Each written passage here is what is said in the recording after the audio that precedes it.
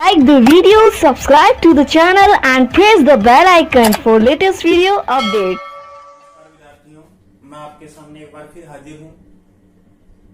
अपन chemical kinetics पढ़ रहे थे और आज का हमारा टॉपिक है अभिक्रिया की कोटि।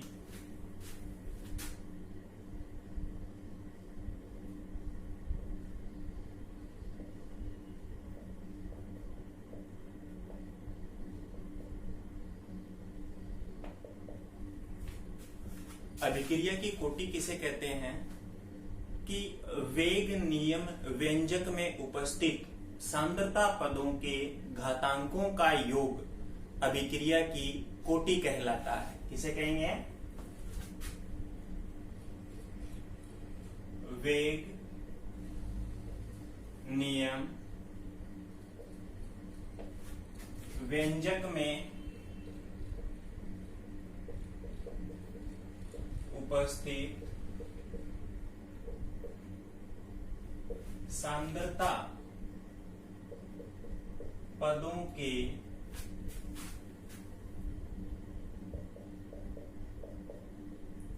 घातांकों का योग अभिक्रिया की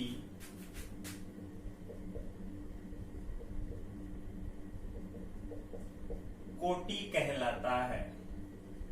या एक और तरीके से भी परिभाषित कर सकते हैं, कैसे कि अभिक्रिया के वेग निर्धारक पद में भाग लेने वाले अणुओं की संख्या क्या कहलाएगी? अभिक्रिया की कोटि। इसे कहेंगे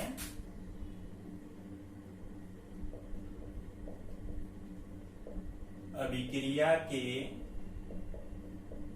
वेग निर्धारक पद में भाग लेने वाले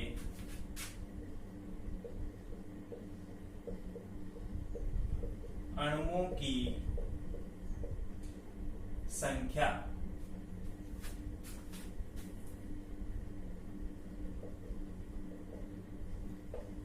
अभिक्रिया की कोटि कहलाती है।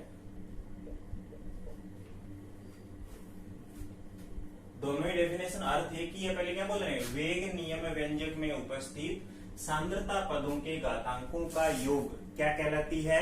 अभिक्रिया की कोटि। या बोल सकते हैं अभिक्रिया के वेग निर्धारक पद में भाग लेने वाले अणुओं की संख्या क्या कहलाएगी? अभिक्रिया की कोटि। अभिक्रिया का वेग निर्धारक पद कौन सा होता है? कि किसी अभिक्रिया की अपन क्रियाविधि देख रहे हैं तो उस क्रियाविधि के अंदर जो सबसे मंद गति का, सबसे स्लो रेट वाला जो स्टेप होगा वही क्या कहलाता है? अभिक्रिया का वेग निर्धारक पद। और उस पद में जितने अणु भाग ले रहे हैं वही क्या कहलाती है? अभिक्रिया की कोटि। जैसे माना एक अभिक्रिया है अपने पास, ए और बी से प्रोडक्ट बन रहा है। अब क्या है?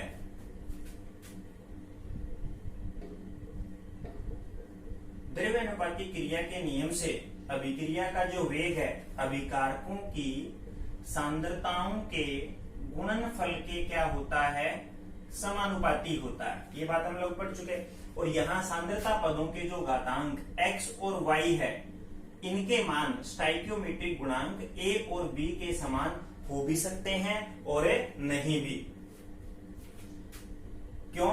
क्योंकि सांद्रता पदों के जो घातांक हैं वो प्रयोगों से निर्धारित किए जाते हैं। तो अभिक्रिया की कोटि n बराबर क्या हो जाएगा?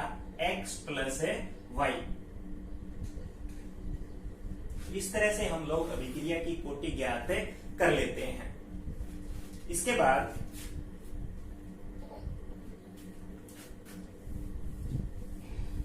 कुछ अभिक्रियाओं के एग्जाम्पल लेते हैं। सबसे पहले हम लोग शून्य कोटि अभिक्रियाओं के उदाहरण पढ़ेंगे।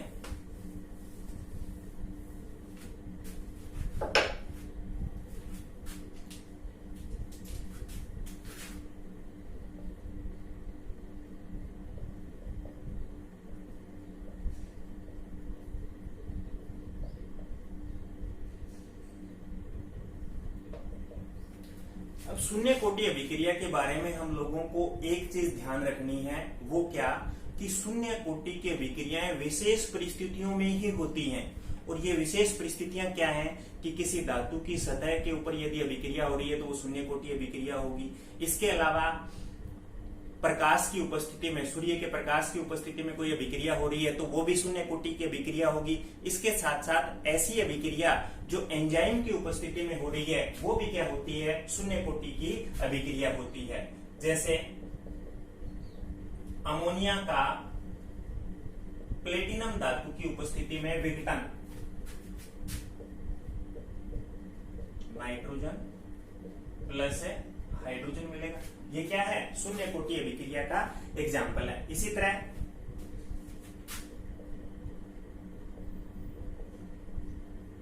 हाइड्रोजन और क्लोरीन सूर्य के प्रकाश की उपस्थिति में क्रिया कर हाइड्रोजन क्लोराइड बना देते हैं HCl। तो ये सूर्य के प्रकाश की उपस्थिति में हो रही है इसलिए ये क्या है, शून्य कोटि की अभिक्रिया। ये धातु की सतह पे हो रही है इसलिए क्या है, शून्य कोटि की अभिक्रिया। इसके साथ साथ नाइट्रस ऑक्साइड है N2O, इसका प्लेटिनम की उपस्थिति में विघटन करवाएं तो N2 प्लस है हाफ O2। अब ये भी धातु की सतह पे हो रही है इसलिए क्या है, शून्य कोटि की अभिक्रिया। इसी तरह HI का गोल्ड की उपस्थिति में विघटन करवाएं तो हाइड्रोजन और आयोडीन बन रहा है, ये भी शून्य कोटि की अभिक्रिया है क्योंकि धातु की सतह पे हो रही है। तो शून्य कोटि की अभिक्रियाओं के एग्जाम्पल हम लोग आसानी से पहचान सकते हैं। कैसे कि या तो वो धातु की सतह पे होंगी, या फिर वो सूर्य के प्रकाश की उपस्थिति में होंगी, या फिर वो क्या होंगी, एंजाइम की उपस्थिति में हो, तो वो अभिक्रियाएं क्या होंगी, शून्य कोटि की अभिक्रियाएं। इसके अलावा प्रथम कोटि, द्वितीय कोटि और तृतीय कोटि की जो अभिक्रियाएं हैं उनको अपने को क्या करना पड़ेगा, उनके एग्जाम्पल याद ही रखने पड़ेंगे। तो अब हम लोग प्रथम कोटि अभिक्रिया के एग्जाम्पल देखते हैं।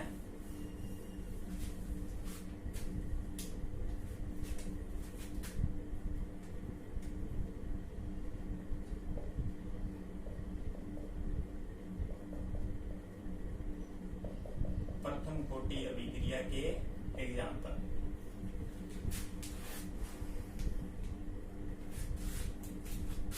इसका एग्जाम्पल हम लोग ले सकते हैं अमोनियम नाइट्राइट का तापीय विघटन।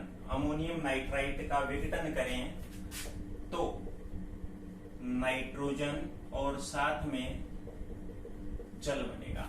ये अभिक्रिया क्या है, प्रथम कोटि अभिक्रिया का एग्जाम्पल है। इसके साथ साथ कोई और एग्जाम्पल लें तो हम लोग देख सकते हैं हाइड्रोजन प्रोक्साइड H2O2 का तापीय विघटन, तो क्या बनेगा, हाइड्रोजन प्लस ऑक्सीजन। ये भी क्या है, प्रथम कोटि अभिक्रिया का ही एग्जाम्पल है। साथ में और एग्जाम्पल लें तो सल्फ्यूरिल क्लोराइड, देखो आपने पता है एक तो SOCl2, इसको तो बोलते हैं थायोनिल क्लोराइड, और SO2Cl2 इसको बोलते हैं सल्फ्यूरिल क्लोराइड। तो सल्फ्यूरिल क्लोराइड का तापीय विघटन करवाएं तो SO2 प्लस Cl2, ये भी क्या है, प्रथम कोटि अभिक्रिया का एग्जाम्पल है। इसके साथ साथ हम लोग और एग्जाम्पल लें तो ले सकते हैं N2O5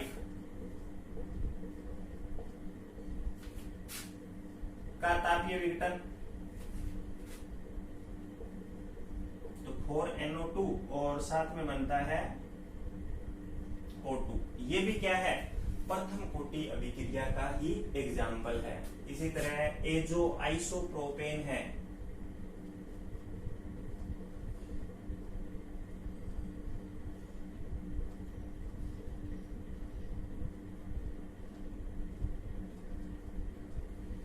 इसका तापीय विघटन करें तो ये भी क्या है, प्रथम कोटि अभिक्रिया का एग्जाम्पल है, नाइट्रोजन प्लस हेक्सेन।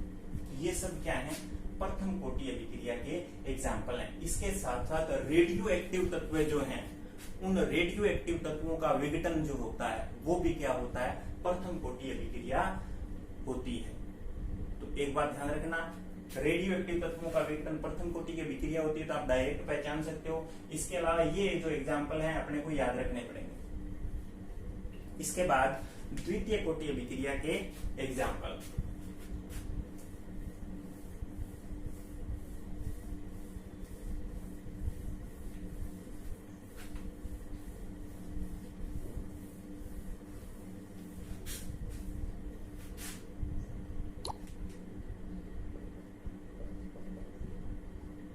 द्वितीय कोटि अभिक्रिया के एग्जाम्पल। इसमें हम लोग ले सकते हैं हाइड्रोजन आयोडाइड HI का तापीय विघटन। ये क्या है? द्वितीय कोटि अभिक्रिया का एग्जाम्पल है। इसके साथ साथ NO2 का तापीय विघटन, ये भी क्या होता है? द्वितीय कोटि अभिक्रिया का एग्जाम्पल है।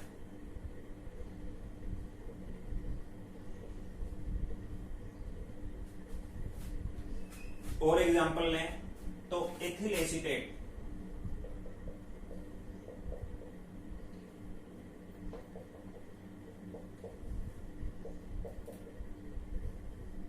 की अभिक्रिया क्षार से करवाते हैं। यदि एस्टर की अभिक्रिया जलीय माध्यम में हो, जल के साथ हो, तो वो होती है प्रथम कोटि की अभिक्रिया, क्षुद्रम प्रथम कोटि की अभिक्रिया, जो आगे पढ़ेंगे हम लोग। और यदि क्षार की उपस्थिति में हो तो वो क्या होगी? द्वितीय कोटि की अभिक्रिया। तो ये क्या बनाएगी? Sodium acetate plus ethanol.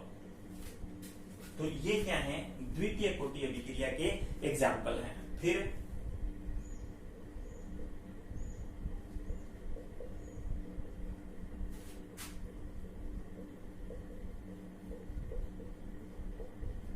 तृतीय कोटि अभिक्रिया के एग्जाम्पल देखते हैं हम लोग। इसमें हम ले सकते हैं कि फेरिक क्लोराइड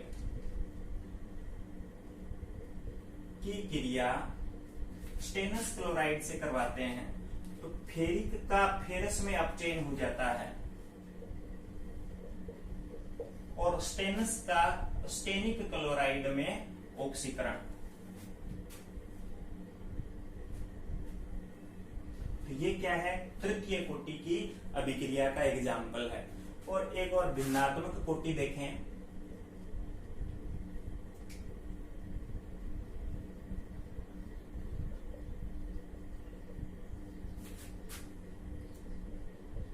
यदि हाइड्रोजन और ब्रोमीन की क्रिया करवाएं, क्या बनेगा? HBr। और इस अभिक्रिया का जो वेग है वो हाइड्रोजन की तो प्रथम घातांक और ब्रोमीन की आधी घातांक के समानुपाती होता है। यानी अभिक्रिया की कोटि निकालें तो n बराबर क्या होगा? 1 प्लस हाफ 3/2, तो 1.5। ये क्या है? भिन्नात्मक कोटि की अभिक्रिया का एग्जाम्पल है। तो ये क्या है?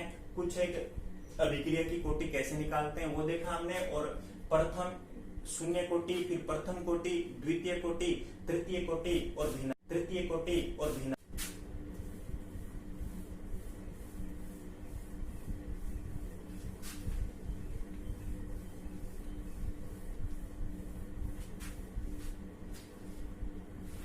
इसके बाद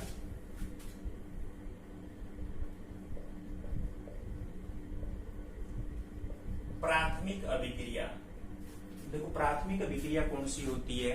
कि ऐसी अभिक्रियाएं जो एक ही पद में संपन्न हो जाती हैं वो क्या कहलाती हैं? प्राथमिक अभिक्रियाएं। ऐसी अभिक्रिया जो एक ही पद में संपन्न हो जाएं वो क्या कहलाती है? प्राथमिक अभिक्रिया। यानी जिनकी कोटि और आणविकता समान होती है वो प्राथमिक अभिक्रियाएं कहलाती हैं। फिर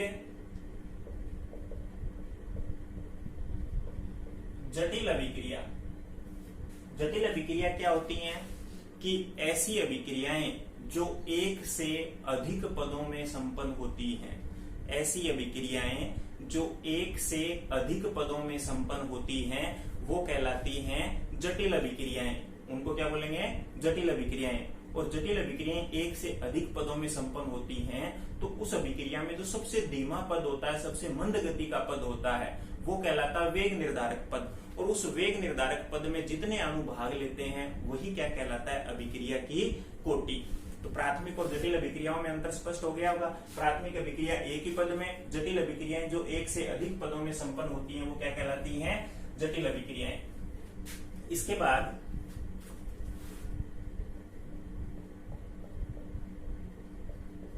अणुसंख्यता या आणविकता। आणविकता क्या होती है कि किसी रासायनिक अभिक्रिया में भाग लेने वाले अणुओं की संख्या क्या कहलाती है, अणुसंख्यता या आणविकता। किसी रासायनिक अभिक्रिया में भाग लेने वाले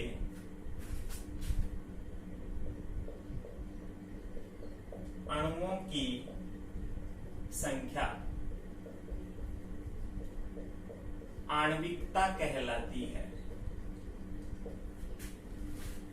जैसे कुछ एग्जाम्पल लें हम लोग, जैसे अमोनिया का प्लेटिनम की उपस्थिति में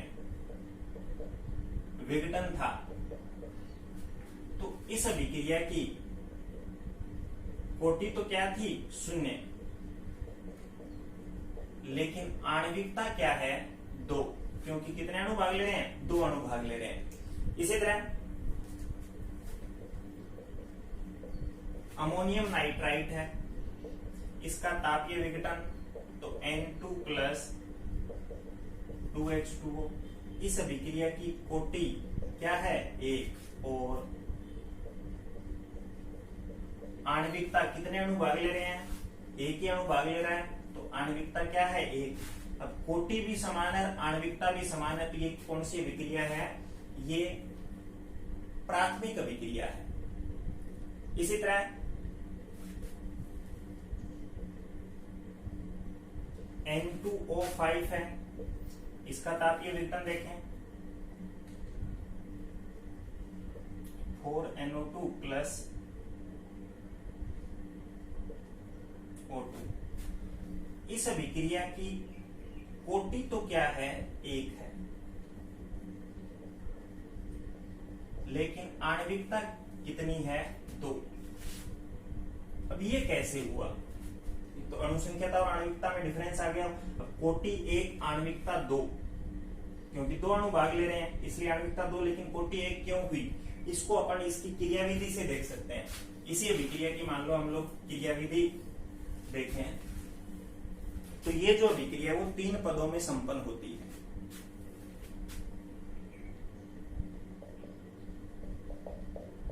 स्टेप फर्स्ट, पहले पद में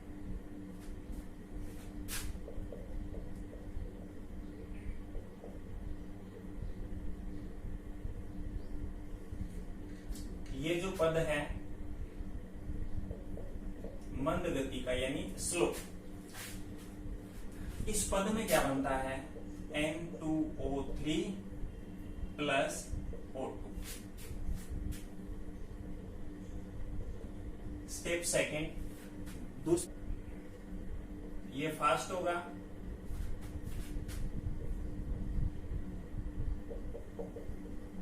NO2 plus NO। Step third,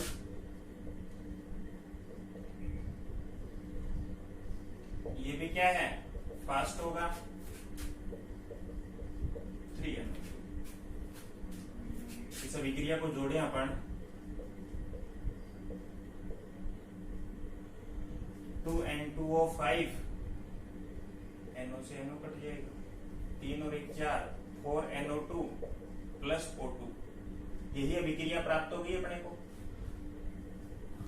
अब हम लोग कह रहे हैं कि सबसे मंद गति वाला जो पद होता है उसमें जितने अणु भाग लेते हैं वही अभिक्रिया की कोटि होती है। तो मंद गति के पद में कितने अणु भाग ले रहे हैं, 1, इसलिए अभिक्रिया की कोटि क्या हो गई, 1 हो गई। तो कोटि, और इसके बाद हम लोगों ने आणविकता भी पढ़ ली। नेक्स्ट है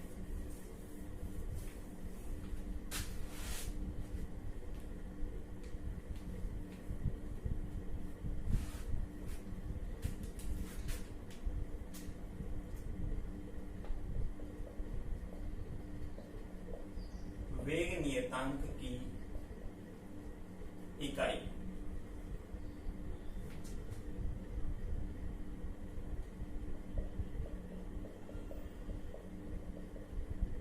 एक सामान्य अभिक्रिया ले रहे हैं हम लोग, बीबी, इससे उत्पाद बन रहा है। तो इस अभिक्रिया का वेग समानुपाती a की पावर x और b की पावर y।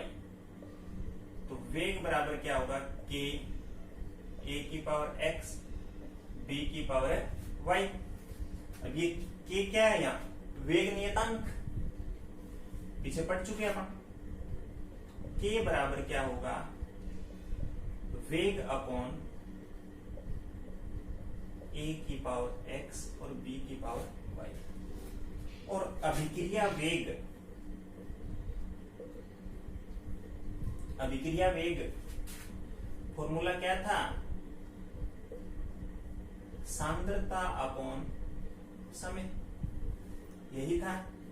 और अभिक्रिया वेग की इकाई निकाली थी हम लोगों ने। देखो, सांद्रता को मोल प्रति लीटर में और समय को सेकंड में लेते हैं, तो इस वेग की इकाई क्या निकली थी, सांद्रता बराबर क्या होता है, मोल पर लीटर में लेते हैं, ये मान रख दें। तो mole litre inverse upon second inverse, तो इकाई क्या होगी, mole litre inverse second inverse. एक बार अपन सीधा लिख देते हैं, K बराबर सांद्रता समय इनवर्स, और A क्या है, ये क्या है, A की सांद्रता और ये B की सांद्रता, दोनों ही सांद्रताएं।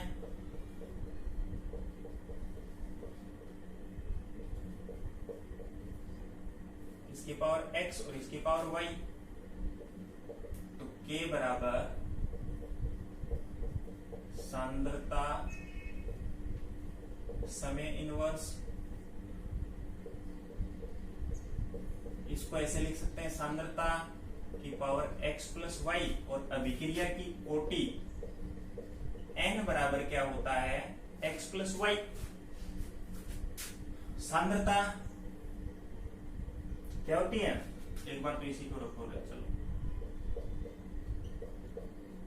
सांद्रता ऊपर ले जाएं इसको, तो 1 minus N, X plus Y की जगह क्या रख दिया, एन अभिक्रिया की कोटि, और समय इनवर्स। सांद्रता को हम लोग लेते हैं मोल पर लीटर में, तो K बराबर मोल लीटर इनवर्स की पावर 1 माइनस एन, और समय को लेते हैं सेकंड में, सेकंड इनवर्स। हम लोगों को ये फॉर्मूला ध्यान में रखना है। तो वेग नियतांक K बराबर क्या, मोल लीटर इनवर्स की घातांक 1 माइनस एन, एन अभिक्रिया की क्या है, कोटि, और समय है वो सेकंड में, तो सेकंड इनवर्स। इससे अपन किसी भी अभिक्रिया की इकाई निकाल सकते हैं।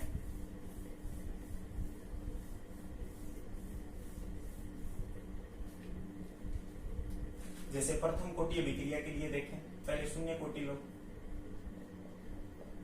शून्य कोटि अभिक्रिया की इकाई देखें।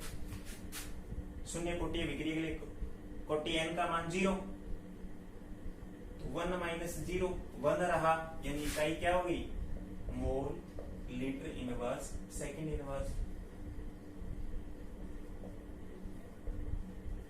प्रथम कोटि अभिक्रिया का एग्जांपल देखें, तो प्रथम कोटि 1 माइनस n का मान क्या आएगा, 1, 1 माइनस 1 0, और जब किसी की घातांक 0 हो तो उसका मान कितना होता है, 1, तो क्या बचा, केवल सेकंड इनवर्स। द्वितीय कोटि अभिक्रिया के एग्जांपल देखें, तो 1 माइनस 2 होगा, कितना बचा, -1। ये क्या आ गया, मोल लीटर इनवर्स की पावर -1 ही तो आया, 1 माइनस 2 -1, ये तो हो गया प्लस का, तो litre mole inverse second inverse, ये हो गई द्वितीय कोटि अभिक्रिया की इकाई। तृतीय कोटि की अभिक्रिया तो 1 माइनस 3 तो -2 हो गया,